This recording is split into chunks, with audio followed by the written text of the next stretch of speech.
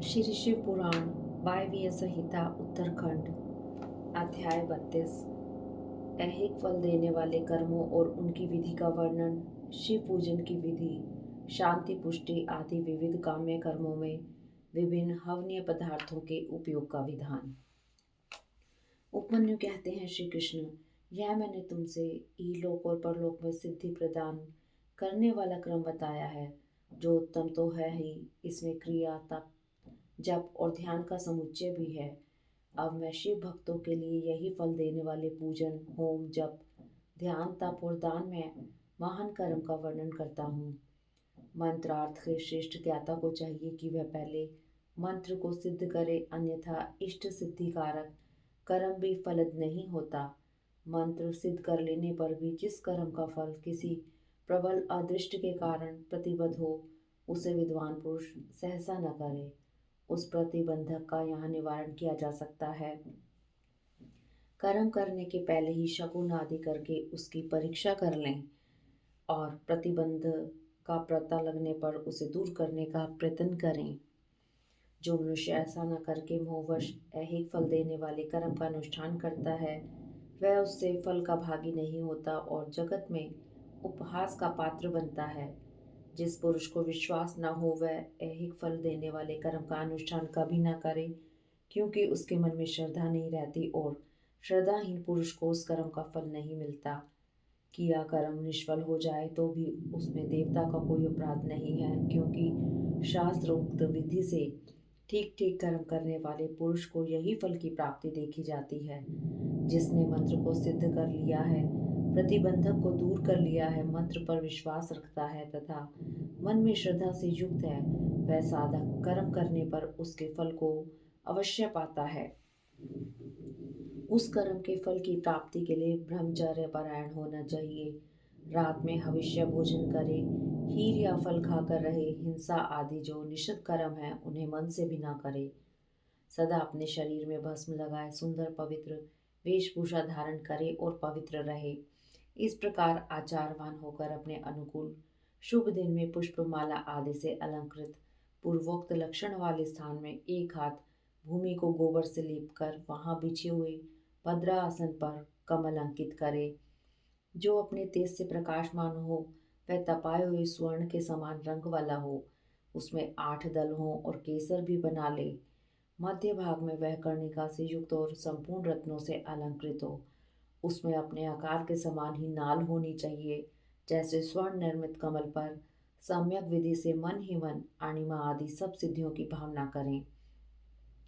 फिर उस पर रत्न का, सोने का अथवा सफिक्टिक मणि का उत्तम लक्षणों से युक्त वेदी सहित शिवलिंग स्थापित करके उसमें विधि पूर्वक पार्षदों सहित अविनाशी साम सदाशिव का आह्वान और पूजन करें। फिर वहां साकार महेश्वर की भावनामयी मूर्ति का निर्माण करें, जिसमें 4 भुजाएं और 4 मुख हो।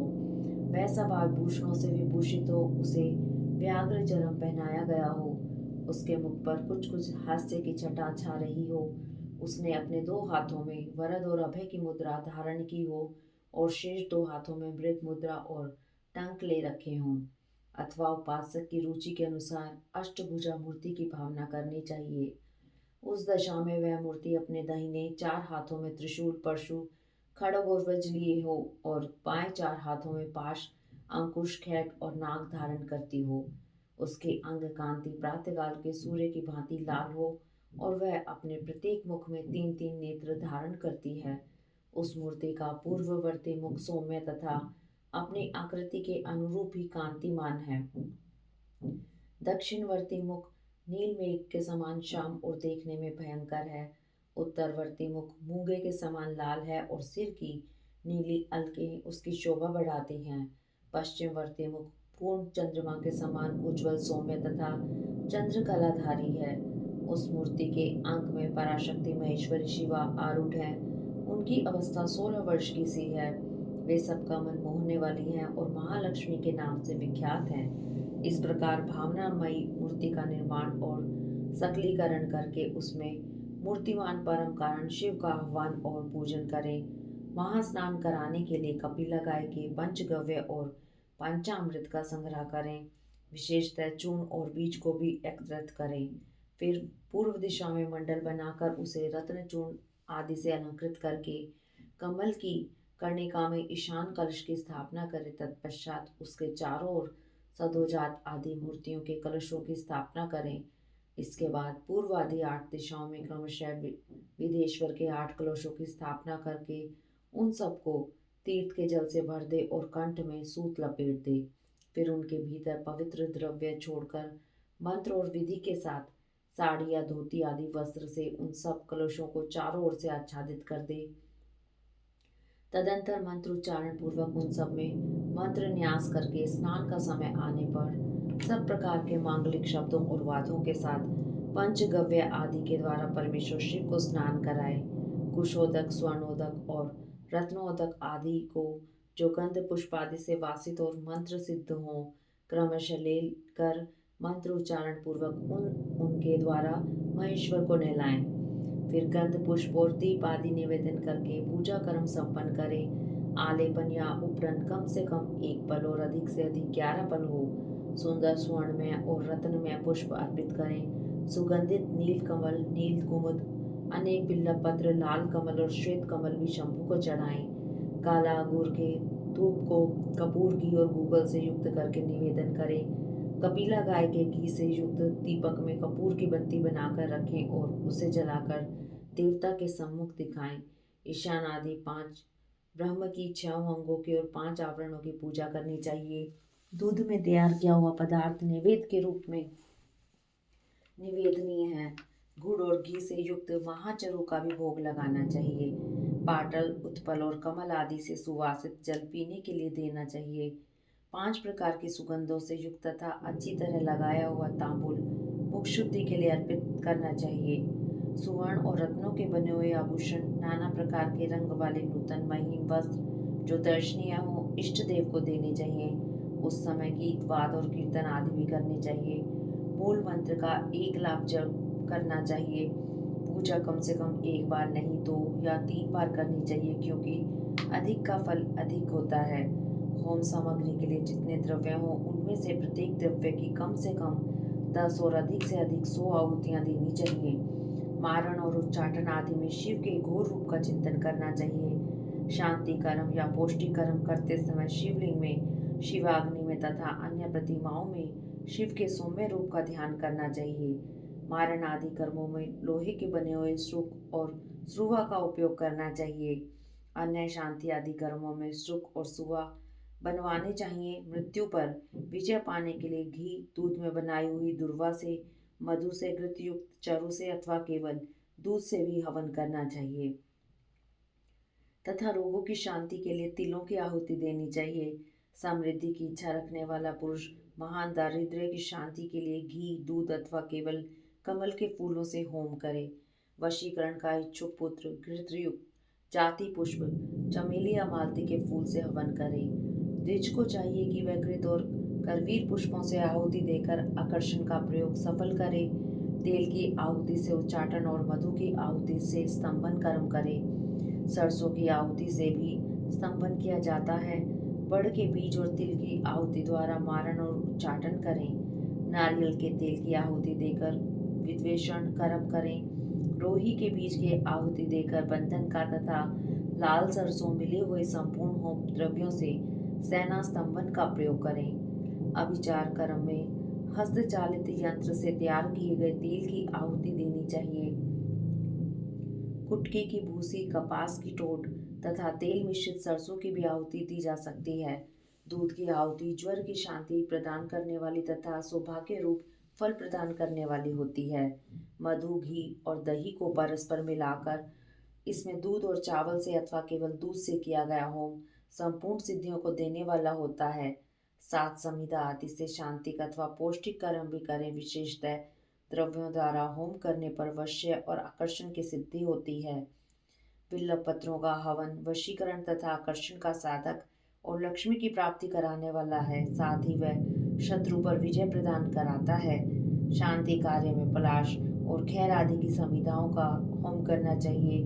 क्रूरतापूर्ण कर्म में कनेर और आग की संविधाएं होनी चाहिए। लड़ाई झगड़े में कटीले पेड़ों की समिधाओं का हवन करना चाहिए। शांति और पुष्टि कर्म को विशेषतः शांतचित्त पुरुष ही करें। जो निर्दय और क्रोधी हो उसी को आभिचारी कर्म में प्रवृत्त होना चाहिए। वह भी उस दशा में जबकि दुरवस्था चरम सीमा को पहुंच गई हो, उसके निवारण का दूसरा कोई उपाय न रह गया हो।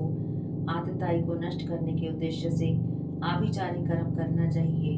अपने राष्ट्रपति को हानि पहुंचाने के उद्देश्य से आभिचारी कर्म कदापि नहीं करना चाहिए। यदि कोई आस्तिक परम धर्मात्मा और माननीय पुरुष हो, उससे यदि कभी आतताईपन का कार्य न हो जाए तो भी उसको नष्ट करने के उद्देश्य से आभिचारी कर्म का प्रयोग नहीं करना चाहिए। जो कोई भी मन, वाणी और क्रिया द्वारा भगवान शिव के आश्रित हो, उसके तथा राष्ट्रपति के उद्देश्य से भी आभिचारी कर्म करके मनुष्य शीघ्र ही पतित हो जाता है। इसलिए कोई भी पुरुष जो अपने लिए सुख चाहता हो, अपने राष्ट्रपालक राजा की तथा शिव भक्ति के विचार आदि के द्वारा हिंसा न करे। दूसरे किसी के उद्देश्य से भी मारण आदि का प्रयोग करने पर पश्चाताप से युक्त हो प्रायश्चित करना चाहिए। निर्धन या धनवान पुरुष भी बाण लिंग, नर्मदा से प्रकट हुए शिवलिंग, ऋषियों द्वारा स्थापित लिंग या वैदिक लिंग में भगवान शंकर की पूजा करे। जहाँ ऐसे लिंग का अभाव हो वहाँ सुवर्ण और रत्न के बने हुए शिवलिंग में पूजा करनी चाहिए। यदि स्वर्ण और रत्नों के उपार्जन की शक्ति ना हो तो मन से ही भावनामयी मूर्ति का निर्माण करके मानसिक पूजन करना चाहिए अथवा प्रतिनिधि द्रव्यों द्वारा शिवलिंग की कल्पना करनी चाहिए।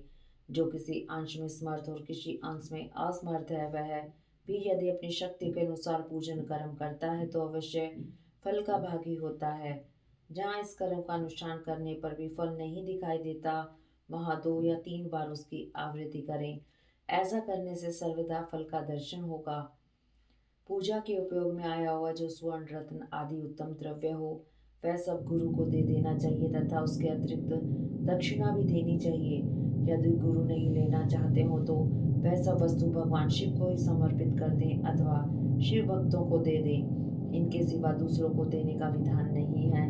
जो पुरुष गुरु आदि की उपेक्षा न रखकर स्वयं यथाशक्ति पूजा संपन्न करता है, वह भी ऐसा ही आचरण करे।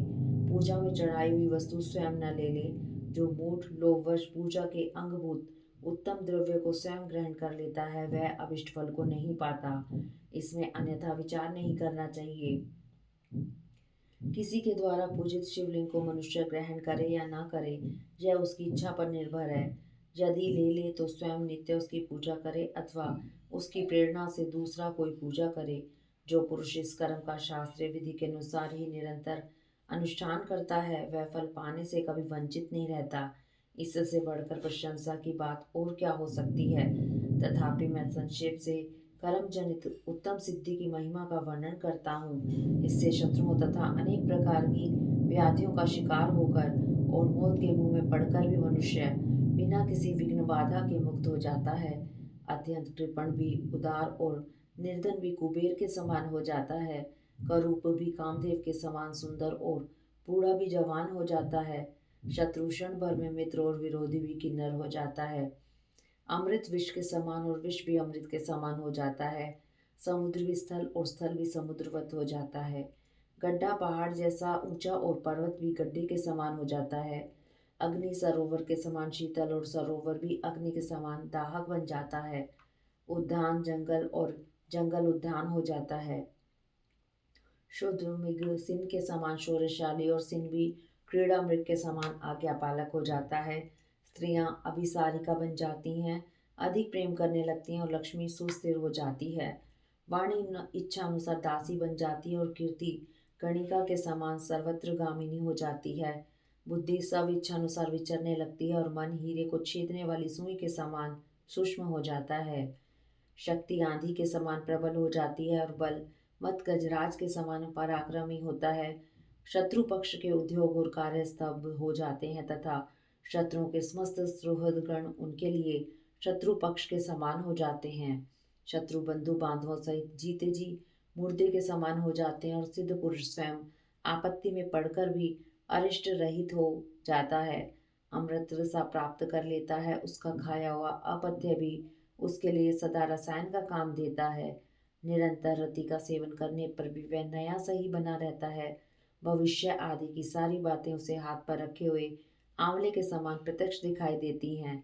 अणिमा आदि सिद्धियां भी इच्छा करते ही फल देने लगती हैं। इस विषय में बहुत कहने से क्या लाभ। इस कर्म का संपादन कर लेने पर संपूर्ण कामार्थ सिद्धियों में कोई भी ऐसी वस्तु नहीं रह जाती जो अलभ्य हो। इति श्री अध्याय 32। अध्याय 33 से 36। पारलौकिक फल देने वाले कर्म, शिवलिंग, महाव्रत की विधि और महिमा का वर्णन। उपमन्यु कहते हैं, यदुनंदन, अब मैं केवल परलोक में फल देने वाले कर्म की विधि बताऊंगा। 3 लोकों में इसके समान दूसरा कोई कर्म नहीं है। यह विधि अतिशय पुण्य से युक्त है और संपूर्ण देवताओं ने इसका अनुष्ठान किया है। ब्रह्मा, विष्णु, रुद्र, इंद्र आदि लोकपाल, सूर्य आदि नवग्रह, विश्वामित्र और वशिष्ठ आदि ब्रह्मवेता महर्षि, श्वेत, अगस्त्य, दधीचि तथा हमसरी के शिव भक्त नंदीश्वर, महाकाल और भृगीश आदि गणेश्वर, पातालवासी दैत्य, शेष आदि महानाग, सिद्धियक्ष, गंधर्व, राक्षस, भूत और पिशाच, इन सब ने अपना अपना पद प्राप्त करने के लिए इस विधि का अनुष्ठान किया है। इस विधि से ही सब देवता देवत्व को प्राप्त हुए हैं। इस विधि से ब्रह्मा को ब्रह्मत्व की, विष्णु को विष्णुत्व की, रुद्र को रुद्रत्व की, इंद्र को इंद्रत्व की और गणेश को गणेशत्व की प्राप्ति हुई है। श्वेत चंदन युक्त जल से लिंग स्वरूप शिव और शिवा का स्नान कराकर प्रफुल्ल श्वेत कमलों द्वारा उनका पूजन करें। फिर उनके चरणों में प्रणाम करके वहीं लिपि पोती भूमि पर सुंदर शुभ लक्षण पद्मासन बनाकर रखें। धन हो तो अपनी शक्ति के अनुसार सोने या रत्न आदि का पद्मासन बनवाना चाहिए। कमल के केसरों के मध्य भाग में अंगुष्ठ के बराबर छोटे से सुंदर शिवलिंग की स्थापना करें। वह सर्वगंध में और सुंदर होना चाहिए। उसे दक्षिण भाग में स्थापित करके बिल्व पत्रों द्वारा उसकी पूजा करें। फिर उसके दक्षिण भाग में अगुरु, पश्चिम नाग भाग में मैनसिल, उत्तर भाग में चंदन और पूर्व भाग में हरिताल चढ़ाएं। फिर सुगंधित विचित्र पुष्पों द्वारा पूजा करें। सब और काले अगुर और गूगल की धूप दें। अत्यंत महीन और निर्मल वस्त्र निवेदन करें। घृत मिश्रित खीर का भोग लगाएं। घी के दीपक जलाकर रखें। मंत्र उच्चारण पूर्वक सब कुछ चढ़ाकर परिक्रमा करें। भक्ति भाव से देवेश्वर शिव को प्रणाम करके उनकी स्तुति करें और अंत में त्रुटियों के लिए क्षमा प्रार्थना करें। तत्पश्चात शिव पंचाक्षर मंत्र से संपूर्ण उपहारों सहित वह शिवलिंग शिव को समर्पित करें और स्वयं दक्षिणामूर्ति का आश्रय लें। जो इस प्रकार पंचगंध में शुभ लिंग की नित्य अर्चना करता है वह सब पापों से मुक्त हो शिवलोक में प्रतिष्ठित होता है। यह शिवलिंग महाव्रत सब व्रतों में उत्तम और गोपनीय है। तुम भगवान शंकर के भक्त हो, इसलिए तुमसे इसका वर्णन किया। जिस किसी को इसका उपदेश नहीं करना चाहिए, केवल शिव भक्तों को ही इसका उपदेश देना चाहिए। प्राचीन काल में भगवान शिव ने इस व्रत का उपदेश दिया था। तदंतर लिंग की कारण रूपता तथा लिंग प्रतिष्ठा एवं पूजा की व्याख्या करके उपमन्यु ने कहा, यदुनंदन, यदि कोई स्थापित शिवलिंग ना मिले तो शिव के स्थानभूत जल, अग्नि, सूर्य तथा आकाश में भगवान शिव का पूजन करना चाहिए। इति श्री अध्याय 33 से 36। अध्याय 37। योग के अनेक भेद, उनके 8 और 6 अंगों का विवेचन, यम, नियम, आसन, प्राणायाम, 10 विध प्राणों को जीतने की महिमा, प्रत्याहार, धारणा, ध्यान और समाधि का निरूपण। श्री कृष्ण ने कहा, भगवान, आपने ज्ञान, क्रिया और चर्या का संक्षिप्त सार उद्धृत करके मुझे सुनाया है। यह सब श्रुति के समान आदरणीय है और इसे मैंने ध्यान पूर्वक सुना है। अब मैं अधिकार, अंग, विधि और प्रयोजन सहित परम दुर्लभ योग का वर्णन सुनना चाहता हूँ। यदि योग आदि का अभ्यास करने से पहले ही मृत्यु हो जाए तो मनुष्य आत्मघाती होता है। अतः आप योग का ऐसा कोई साधन बताइए जिसे शीघ्र सिद्ध किया जा सके, जिससे कि मनुष्य को आत्मघाती न होना पड़े। योग का वह अनुष्ठान, उसका कारण, उसके लिए उपयुक्त समय, साधन तथा उसके भेदों का तारतम्य क्या है। उपमन्यु बोले, श्री कृष्ण, तुम सब प्रश्नों के तारतम्य की ज्ञाता हो। तुम्हारा यह प्रश्न बहुत ही उचित है, इसलिए मैं इन सब बातों पर क्रमशः प्रकाश डालूंगा। तुम एकाग्रचित होकर सुनो। जिसकी दूसरी वृत्तियों का निरोध हो गया है, ऐसे चित्त की भगवान शिव में जो निश्चल वृत्ति है, उसी को संक्षेप से योग कहा गया है। यह योग 5 प्रकार का है: मंत्र योग, स्पर्श योग, भाव योग, अभाव योग और महायोग। मंत्र जप के अभ्यास वर्ष। मंत्र के वाच्यार्थ में स्थित हुई विक्षेप रहित जो मन की वृत्ति है उसका नाम मंत्र योग है। मन की वही वृत्ति जब प्राणायाम को प्रधानता दे तो उसका नाम स्पर्श योग होता है। वही स्पर्श योग जब मंत्र के स्पर्श से रहित हो तो भाव योग कहलाता है। जिससे संपूर्ण विश्व के रूप मात्र का अवयव लीन हो जाता है उसे अभाव योग कहा गया है, क्योंकि उस समय सद्वस्तु का भी भान नहीं होता। जिससे एकमात्र उपाधि शून्य शिव स्वभाव का चिंतन किया जाता है और मन की वृत्ति शिवमयी हो जाती है, उसे महायोग कहते हैं। देखे और सुने गए लौकिक और पारलौकिक विषयों की ओर से जिसका मन विरक्त हो गया हो उसी का योग में अधिकार है, दूसरे किसी का नहीं है। लौकिक और पारलौकिक दोनों विषयों के दोषों का और ईश्वर के गुणों का सदा ही दर्शन करने से मन विरक्त होता है। प्राय सभी योग 8 या 6 अंगों से युक्त होते हैं: यम, नियम, स्वस्तिक आदि आसन, प्राणायाम, प्रत्याहार, धारणा, ध्यान और समाधि। ये विद्वानों ने योग के 8 अंग बताए हैं। आसन, प्राणायाम, प्रत्याहार, धारणा, ध्यान और समाधि ये थोड़े में योग के 6 लक्षण हैं। शिव शास्त्र में इनके पृथक पृथक लक्षण बताए गए हैं। अन्य शिवागमों में, विशेषतः कामिक आदि में, योग शास्त्रों में और किन्हीं किन्हीं पुराणों में भी इनके लक्षणों का वर्णन है। अहिंसा, सत्य, असत्य, ब्रह्मचार्य और अपरिग्रह, इन्हें सत्पुरुषों ने यम कहा है।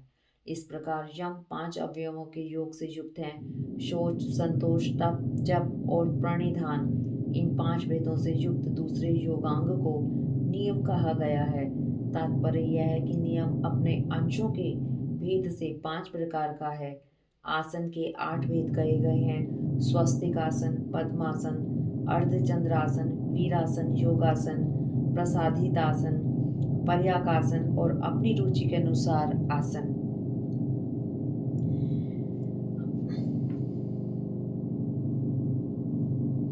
अपने शरीर में प्रकट हुई जो वायु है उसको प्राण कहते हैं। उसे रोकना ही आयाम है। उस प्राणायाम के 3 भेद कहे हैं: रेचक, पूरक और कुंभक। नासिका के एक छिद्र को दबाकर या बंद करके दूसरे से उदर स्थित वायु को बाहर निकालें, इस क्रिया को रेचक कहा गया है। फिर दूसरे नासिका छिद्र के द्वारा बाह्य वायु से शरीर को धोंकने की भांति भर ले, इसमें वायु के पूरण की क्रिया होने के कारण इसे पूरक कहा गया है।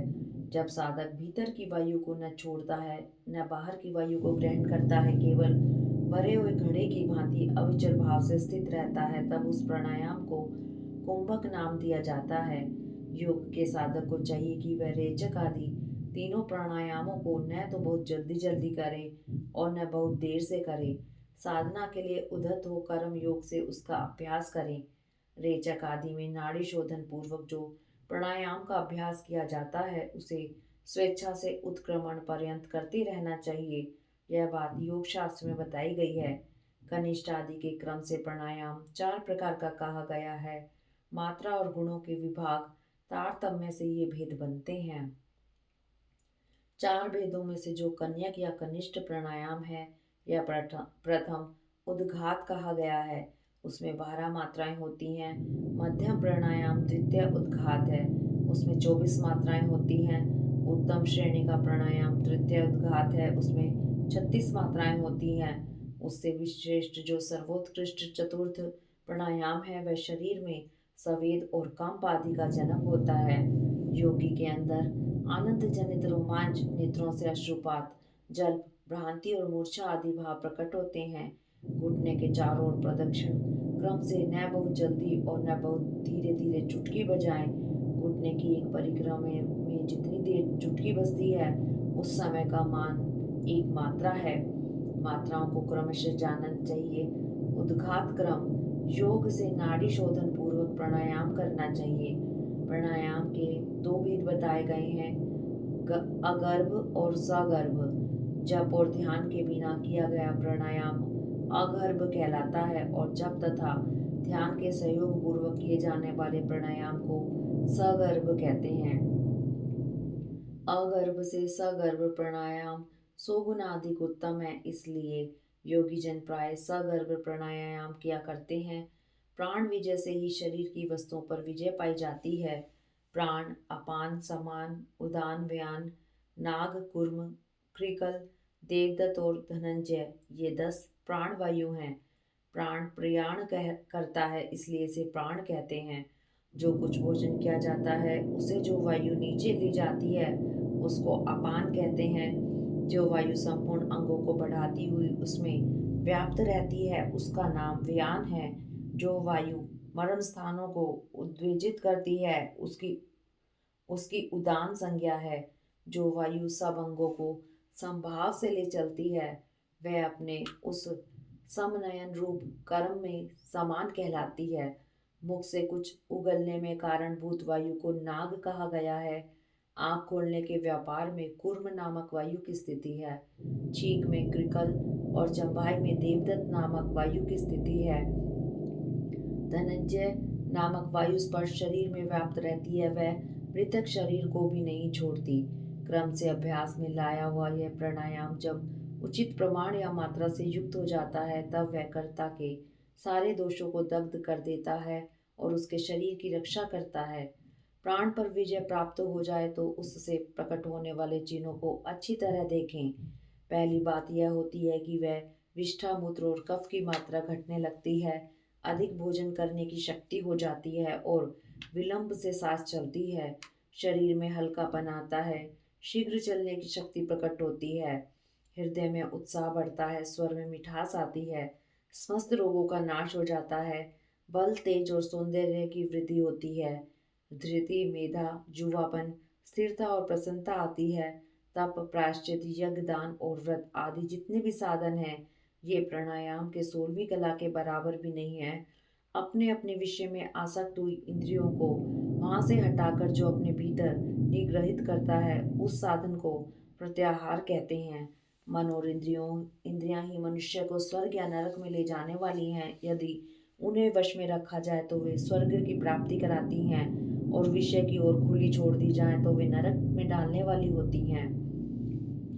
इसलिए सुख की इच्छा रखने वाले बुद्धिमान पुरुष को चाहिए कि वह ज्ञान वैराग्य का आश्रय ले। इंद्र रूपी अश्वों को शीघ्र ही काबू में करके स्वयं ही आत्मा का उद्धार करे। चित्त को किसी स्थान विशेष में बांधना, किसी ध्येय विशेषण में स्थिर करना, यही संक्षेप से धारणा का स्वरूप है।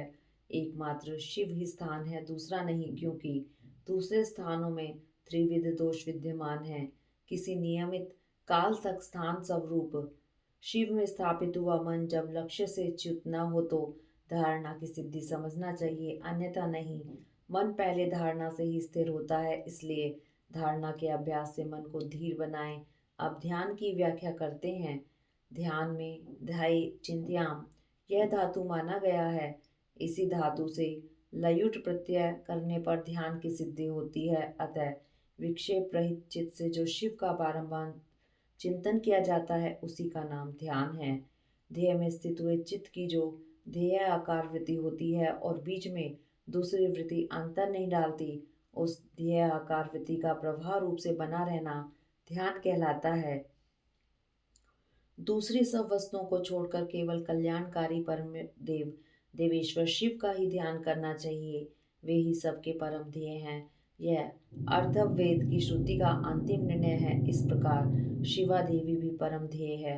ये दोनों शिवा और शिव संपूर्ण भूतों में व्याप्त हैं। श्रुति, स्मृति तथा शास्त्रों से यह सुना गया है कि शिवा और शिव सर्वव्यापक, सर्वदा उदित, सर्वज्ञ एवं नाना रूपों में निरंतर ध्यान करने योग्य हैं। इस ध्यान के 2 प्रयोजन जानने चाहिए। पहला है मोक्ष और दूसरा प्रयोजन है अणिमा आदि सिद्धियों की उपलब्धि। ध्याता, ध्यान और ध्येय और ध्यान प्रयोजन, इन चारों को अच्छी तरह जानकर योगवेता पुरुष योग का अभ्यास करे। जो ज्ञान और वैराग्य से संपन्न, श्रद्धालु, क्षमाशील, ममता रहित तथा सदा उत्साह रखने वाला है, ऐसा ही पुरुष ध्याता कहा गया है, अर्थात वही ध्यान करने में सफल हो सकता है। साधक को चाहिए कि वह जप से थकने पर फिर ध्यान करे और ध्यान से थक जाने पर पुनः जप करे। इस तरह जप और ध्यान में लगे हुए पुरुष का योग जल्दी सिद्ध होता है। 12 प्राणायामों की एक धारणा होती है, 12 धारणाओं का ध्यान होता है और 12 ध्यान की एक समाधि कही गई है। समाधि को योग का अंतिम अंग कहा गया है। समाधि से सर्वत्र बुद्धि का प्रकाश फैलता है। जिस ध्यान में केवल ध्येयहीन अर्थ रूप से भासता है, ध्याता निश्चल महासागर के समान स्थिर भाव से स्थित रहता है और ध्यान स्वरूप से शून्य सा हो जाता है, उसे समाधि कहते हैं। जो योगी ध्येय में चित्त को लगाकर सुस्थिर भाव से उसे देखता है और बुझी हुई आग के समान शांत रहता है, वह समाधिस्थ कहलाता है। वह न सुनता है, न सूंघता है, न बोलता है, न देखता है, न स्पर्श का अनुभव करता है, न मन से संकल्प विकल्प करता है, न उसमें अभिमान की वृत्ति का उदय होता है और न वह बुद्धि के द्वारा ही कुछ समझता है, केवल कांच की भांति स्थित रहता है। इस तरह शिव में लीन चित हुए योगी को यहाँ समाधिस्थ कहा जाता है। जैसे वायु रहित स्थान में रखा हुआ दीपक कभी हिलता नहीं है, निस्पंद बना रहता है, उसी तरह समाधि निष्ठ शुद्ध चित योगी भी उस समाधि से कभी विचलित नहीं होता, सुस्थिर भाव से स्थिर रहता है। इस प्रकार उत्तम योग का अभ्यास करने वाले योगी के सारे अंतराय शीघ्र नष्ट हो जाते हैं और संपूर्ण विघ्न भी धीरे धीरे दूर हो जाते हैं। इति श्री अध्याय 37। अध्याय 38। योग मार्ग के विघ्न सिद्धि सूचक उपसर्ग तथा पृथ्वी से लेकर बुद्धि तत्व पर्यंत ऐश्वर्य गुणों का वर्णन। शिव शिवा के ध्यान की महिमा। उपमन्यु कहते हैं, श्री कृष्ण आलस्य, तीक्ष्ण व्याधियां, प्रमाद, स्थान संशय, अनवस्थित चित्तता, अश्रद्धा, भ्रांति, दर्शन, दुख, दौर्मनस्य और विषय लोलुपता, ये 10 योग साधना में लगे हुए पुरुषों के लिए योग मार्ग के विघ्न कहे गए हैं। योगियों के शरीर और चित्त में जो अलसता का भाव आता है, उसी को यहाँ आलस्य कहा गया है। वात, पित्त और कफ, इन धातुओं की विषमता से जो दोष उत्पन्न होते हैं, उन्हीं को व्याधि कहते हैं। कर्म दोष से इन व्याधियों की उत्पत्ति होती है। असावधानी के कारण योग के साधनों का न हो पाना प्रमाद है। यह है या नहीं है, इस प्रकार उभय कोटि से आक्रांत हुए ज्ञान का नाम स्थान संशय है। मन का कहीं स्थिर न होना ही अनवस्थित चित्तता, चित्त की अस्थिरता है। योग मार्ग में भाव रहित अनुराग शून्य जो मन की वृत्ति है, उसी को अश्रद्धा कहा गया है। विपरीत भावना से युक्त बुद्धि को भ्रांति कहते हैं, दुख कहते हैं। कष्ट को उसके 3 भेद हैं, आध्यात्मिक, आदि भौतिक और आदि दैविक। मनुष्य के चित्त का जो अज्ञान जनित दुख है, उसे आध्यात्मिक दुख समझना चाहिए। पूर्वकृत कर्मों के परिणाम से शरीर में जो रोग आदि उत्पन्न होते हैं, उन्हें आदि भौतिक दुख कहा गया है। विद्युत्पात, अस्त्र शस्त्र और विष आदि से जो कष्ट प्राप्त होता है, उसे आदि दैविक दुख कहते हैं। इच्छा पर आघात पहुंचने से मन में जो क्षोभ होता है, उसी का नाम दौर्मनस्य है। विचित्र विषयों में जो सुख का भ्रम है, वही विषय लोलुपता है। योग परायण योगी के इन विघ्नों के शांत हो जाने पर जो दिव्य उपसर्ग प्राप्त होते हैं, वे सिद्धि के सूचक हैं। प्रतिभा, श्रवण, वार्ता, दर्शन, आस्वाद और वेदना, ये 6 प्रकार की सिद्धियां ही उपसर्ग कहलाती हैं, जो योग शक्ति के अपव्यय में कारण होती हैं। जो पदार्थ अत्यंत सूक्ष्म हो, किसी की ओट में हो, भूतकाल में रहा हो, बहुत दूर हो अथवा भविष्य में होने वाला हो, उसका ठीक ठीक प्रतिभास हो जाना प्रतिभा कहलाता है। सुनने का प्रयत्न न करने पर भी संपूर्ण शब्दों का सुनाई देना श्रवण कहा गया है। समस्त देहधारियों की बातों को समझ लेना वार्ता है। दिव्य पदार्थों का बिना किसी प्रयत्न के दिखाई देना दर्शन कहा गया है। दिव्य रसों का स्वाद प्राप्त होना आस्वाद कहलाता है। अंतःकरण के द्वारा दिव्य स्पर्शों का तथा ब्रह्मलोक तक के गंध आदि दिव्य भोगों का अनुभव वेदना नाम से विख्यात है। सिद्ध योगी के पास स्वयं ही रतन उपस्थित हो जाते हैं और बहुत सी वस्तुएं प्रदान करते हैं। मुख से इच्छा अनुसार नाना प्रकार की मधुर वाणी निकलती है। सब प्रकार के रसायन और दिव्य औषधियां सिद्ध हो जाती हैं। देवांगनाएं इस योगी को प्रणाम करके मनोवांछित वस्तुएं देती हैं। योग सिद्धि के एक देश का भी साक्षात्कार हो जाए तो मोक्ष में मन लग जाता है। यह मैंने जैसे देखा या अनुभव किया है, उसी प्रकार मोक्ष भी हो सकता है। कृशता, स्थूलता, बाल्यावस्था, वृद्धावस्था, युवावस्था, नाना जाति का स्वरूप, पृथ्वी, जल, अग्नि और वायु, इन चार तत्वों के शरीर को धारण करना, नित्य अपार्थिव एवं मनोहर गंध को ग्रहण करना, ये पार्थिव ऐश्वर्य के 8 गुण बताए गए हैं। जल में निवास करना, पृथ्वी पर ही जल का निकल जाना, इच्छा करते ही बिना किसी आतुरता के स्वयं समुद्र को भी पी जाने में समर्थ होना, इस संसार में जहाँ चाहे वहीं जल का दर्शन होना, घड़ा आदि के बिना हाथ में ही जल राशि को धारण करना, जिस भी रस वस्तु को भी खाने की इच्छा हो उसका तत्काल सरस हो जाना, जल, तेज और वायु, इन 3 तत्वों के शरीर को धारण करना तथा देह का फोड़े फुंसी और घाव आदि से रहित होना, पार्थिव ऐश्वर्य के 8 गुणों को मिलाकर ये 16 जलीय ऐश्वर्य के अद्भुत गुण हैं। शरीर से अग्नि को प्रकट करना, अग्नि के ताप से जलने का भय दूर हो जाना, यदि इच्छा हो तो बिना किसी प्रयत्न के इस जगत को जलाकर भस्म कर देने की शक्ति का होना, पानी के ऊपर अग्नि को स्थापित कर देना, हाथ में आग धारण करना, सृष्टि को जलाकर फिर ज्यों का त्यों कर देने की क्षमता का होना, मुख में ही अन्न आदि को पचा लेना तथा तेज और वायु 2 ही तत्वों से शरीर को रच लेना, ये 8 गुण जलीय ऐश्वर्य के युक्त 16 गुणों के साथ 24 होते हैं। ये 24 तेजस ऐश्वर्य के गुण कहे गए हैं। मन के समान वेगशाली होना, प्राणियों के भीतर क्षण भर में प्रवेश कर जाना, बिना प्रयत्न के ही पर्वत आदि के महान भार को उठा लेना, भारी हो जाना, हल्का होना, हाथ में वायु को पकड़ लेना, अंगुली के अग्रभाग की चोट से भूमि को भी कंपित कर देना, एकमात्र वायु तत्व से ही शरीर का निर्माण कर लेना, ये 8 गुण तेजस ऐश्वर्य के 24 गुणों के साथ 32 हो जाते हैं। विद्वानों ने वायु संबंधी ऐश्वर्य के ये ही 32 गुण स्वीकार किए हैं। शरीर की छाया का न होना, इंद्रियों को दिखाई न देना, आकाश में न इच्छा अनुसार विचरण करना, इंद्रियों के संपूर्ण विषयों का समन्वय होना, आकाश को लांघना, अपने शरीर में उसका निवेश करना, आकाश को पिंड की भांति ठोस बना देना और निराकार होना, ये 8 गुण अग्नि के 32 गुणों से मिलकर 40 होते हैं। ये 40 ही वायु संबंधी ऐश्वर्य के गुण हैं। यही संपूर्ण इंद्रियों का ऐश्वर्य है। इसी को ऐन्द्र और आंबर ऐश्वर्य भी कहते हैं।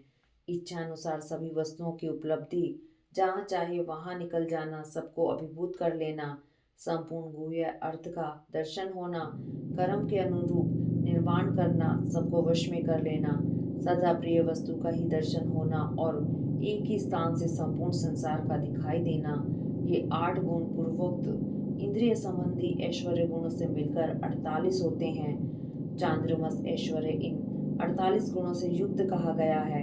यह पहले के ऐश्वर्यों से अधिक गुण वाला है।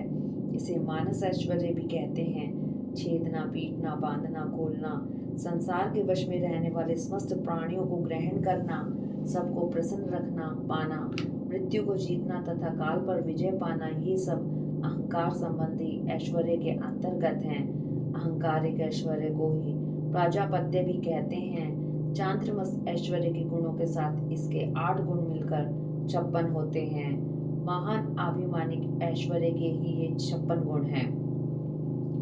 संकल्प मात्र से सृष्टि रचना करना, पालन करना, संहार करना, उसके ऊपर अपना अधिकार स्थापित करना, प्राणियों के चित्त को प्रेरित करना, सबसे अनुपम होना, इस जगत से पृथक नए संसार की रचना कर लेना तथा शुभ और अशुभ को शुभ कर देना, यह बौद्ध ऐश्वर्य है। प्रजापत्य ऐश्वर्य के गुणों को मिलाकर इसके 64 गुण होते हैं। इन बौद्ध ऐश्वर्य को ही ब्राह्म ऐश्वर्य भी कहते हैं। इससे उत्कृष्ट है गौण ऐश्वर्य, जिसे प्राकृतिक भी कहते हैं। उसी का नाम वैष्णव ऐश्वर्य है। तीनों लोगों का पालन उसी के अंतर्गत है। उस संपूर्ण वैष्णव पद को न तो ब्रह्मा कह सकते हैं और न दूसरे ही उसकी पूर्णतया वर्णन कर सकते हैं। उसी को पौरुष पद भी कहते हैं। गौण और पौरुष पद से उत्कृष्ट गणपति पद है। उसी को ईश्वर पद भी कहते हैं। इस पद का किंचित ज्ञान श्री विष्णु को है, दूसरे लोग उसे नहीं जान सकते। ये सारी विज्ञान सिद्धियां औपसर्गिक हैं।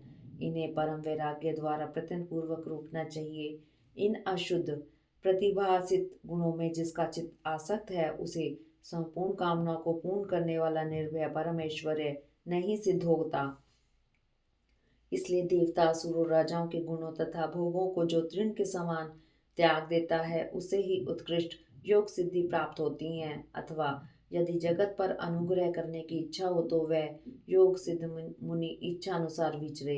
इस जीवन में गुणों और भोगों का उपभोग करके अंत में उसे मोक्ष की प्राप्ति होगी।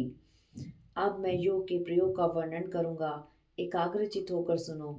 शुभ काल हो, शुभ देश हो, भगवान शिव का क्षेत्र हो, आदि हो, एकांत स्थान हो, जीव जंतु न रहते हो, कोलाहल ना होता हो और किसी बाधा की संभावना ना हो, ऐसे स्थान में लिपि पुती सुंदर भूमि को गंध और धूप आदि से सुवासित करके वहां फूल बिखेर दें, चंदोवा आदि तान कर उसे विचित्र रीति से सजा दे तथा वहां कुश पुष्प समीधा जल फल और मूल की सुविधा हो, फिर वहां योग का अभ्यास करें। अग्नि के निकट, जल के समीप और सूखे पत्तों के ढेर पर योगाभ्यास नहीं करना चाहिए। जहाँ डांस और मच्छर भरे हों, सांप और हिंसक जंतु की अधिकता हो, दुष्ट पशु निवास करते हों, भय की संभावना हो तथा जो दुष्टों से घिरा हुआ हो, ऐसे स्थान में भी योगाभ्यास नहीं करना चाहिए। शमशान में, चैतन्य वृक्ष के नीचे, बाबी के निकट, जीर्ण शीर्ण घर में, चौराहे पर, नदी नद और समुद्र के तट पर, गली या सड़क के बीच में, उजड़े हुए उद्यान में, गोष्ठ आदि में, अनिष्टकारी और निंदित स्थान में भी योगाभ्यास ना करें। जब शरीर में अजीर्ण का कष्ट हो, खट्टी डकार आती हो, विष्ट और मूत्र से शरीर दूषित हो, सर्दी हुई हो या अतिसार रोग का प्रकोप हो, अधिक भोजन कर लिया गया हो या अधिक परिश्रम के कारण थकावट हुई हो, जब मनुष्य अत्यंत चिंता से व्याकुल हो, अधिक भूख प्यास सता रही हो तथा जब वह अपने गुरुजनों के कार्य आदि में लगा हुआ हो, उस अवस्था में भी योगाभ्यास नहीं करना चाहिए। जिसके आहार विहार उचित एवं परिमित हो, जो कर्मों में यथा योग्य समुचित चेष्टा करता हो और जो उचित समय से सोता और जागता हो एवं सर्वदा आयास रहित हो, उसी को योगाभ्यास में तत्पर होना चाहिए। आसन मुलायम सुंदर विस्तृत सब ओर से बराबर और पवित्र होना चाहिए। पद्मासन और स्वस्तिक आसन आदि जो योगिक आसन है, उन पर भी अभ्यास करना चाहिए। अपने आचार्य परंत गुरुजनों की परंपरा को क्रमशः प्रणाम करके अपनी गर्दन मस्तक और छाती को सीधी रखें। होंठ और नेत्र अधिक सटे हुए ना हो, सिर कुछ ऊंचा ऊंचा हो, दांतों का स्पर्श न करें। दांतों के अग्रभाग में स्थित हुई जीवा को अविचल भाव से रखते हुए एड़ियों से दोनों अंडकोशों और प्रजन इंद्रिय की रक्षा पूर्वक दोनों जांघों के ऊपर बिना किसी यत्न के अपने दोनों भुजाओं को रखें। फिर दाहिने हाथ के पृष्ठ भाग को बाएं हाथ की हथेली पर रखकर धीरे से पीठ को ऊंची करें और छाती को आगे की ओर से सुस्थिर रखते हुए नासिका के अग्रभाग पर दृष्टि जमाएं। अन्य दिशाओं की ओर दृष्टिपात न करें। प्राण का संचार रोककर पाषाण के समान निश्चल हो जाएं। अपने शरीर के भीतर मानस मंदिर में हृदय कमल के आसन पर पार्वती सहित भगवान शिव का चिंतन करके ध्यान यज्ञ के द्वारा उनका पूजन करें। मूलाधार चक्र में, नासिका के अग्रभाग में, नाभि में, कंठ में, तालु के दोनों छिद्रों में, बाहों के मध्य भाग में, द्वार प्रदेश में, ललाट में या मस्तक में शिव का चिंतन करें। शिव और शिव के लिए यथोचित रीति से उत्तम आसन की कल्पना करके वहां सावरण या निरावरण शिव का स्मरण करें। द्विदल, चतुर्दल, षडदल, दशदल, द्वादश दल अथवा षोडश दल कमल के आसन पर विराजमान शिव का विधिवत स्मरण करना चाहिए। दोनों बाहों के मध्य भाग में द्विदल कमल है जो विद्युत के समान प्रकाशमान है। भूमध्य में स्थित जो कमल है उसके क्रमशः दक्षिण और उत्तर भाग में दो पत्ते हैं जो विद्युत के समान दीप्तिमान हैं। उनमें दो अंतिम वर्ण ह और श अंकित हैं। षोडश दल कमल के पत्ते 16 सवर स्वरूप हैं जिनमें आ से लेकर अह तक के अक्षर क्रमशः अंकित हैं। यह जो कमल है उसकी नाल के मूल भाग से बाहर 10 प्रस्फुटित हुए हैं जिसमें क से लेकर ठ तक के 12 अक्षर क्रमशः अंकित हैं। सूर्य के समान प्रकाशमान इस कमल के उन द्वादश दलों का अपने हृदय के भीतर ध्यान करना चाहिए। तत्पश्चात गोदुग्ध के समान उज्जवल कमल के 10 दलों का चिंतन करें। उनमें क्रमशः ड से लेकर फ तक के अक्षर अंकित हैं। इसके बाद नीचे की ओर दल वाले कमल के 6 दल हैं, उसमें ब से लेकर ल तक के अक्षर अंकित हैं। इस कमल की कांति धूम रहित अंगार के समान है। मूलाधार में स्थित जो कमल है उसकी कांति स्वर्ण के समान है। उसमें क्रमशः व से लेकर स तक के 4 अक्षर 4 दलों के रूप में स्थित हैं। इन कमलों में से जिसमें ही अपना मन रमे, उसी में महादेव और महादेवी का अपनी धीर बुद्धि से चिंतन करे। उनका स्वरूप अंगूठे के बराबर निर्मल और सब ओर से दीप्तिमान है, अर्थात वह शुद्ध दीप्त शिखा के समान आकार वाला है और अपनी शक्ति से पूर्णतः मंडित है, अथवा चंद्रलेखा या तारा के समान रूप वाला है, अथवा वह निवार के सींग या कमल नाल से निकलने वाले सूत के समान है। कदम के गोलक या ओस के कण से भी उसकी उपमा दी जा सकती है। वह रूप पृथ्वी आदि तत्वों पर विजय प्राप्त करने वाला है। ध्यान करने वाला पुरुष जिस तत्व पर विजय पाने की इच्छा रखता हो, उसी तत्व के अधिपति की स्थूल मूर्ति का चिंतन करे। ब्रह्मा से लेकर सदाशिव पर्यंत तथा भव आदि 8 मूर्तियां ही शिव शास्त्र में शिव की स्थूल मूर्तियां निश्चित की गई हैं। मुनीश्वरों ने उन्हें घोर, शांत और मिश्र 3 प्रकार की बताया है। फल की आशा न रखने वाले ध्यान कुशल पुरुषों को इनका चिंतन करना चाहिए। यदि घोर मूर्तियों का चिंतन किया जाए तो वे शीघ्र ही पाप और रोग का नाश करती हैं। मिश्र मूर्तियों में शिव का चिंतन करने पर चिरकाल में सिद्धि प्राप्त होती है, और सौम्य मूर्ति में शिव का ध्यान किया जाए तो सिद्धि प्राप्त होने में न तो अधिक शीघ्रता होती है और न अधिक विलंब भी। सौम्य मूर्ति में ध्यान करने से विशेषतः मुक्ति, शांति एवं शुद्ध बुद्धि प्राप्त होती है। क्रमशः सभी सिद्धियां प्राप्त होती हैं, इसमें संशय नहीं है। इति श्री अध्याय 38। हरि ओम तत्सत। हरि ओम तत्सत।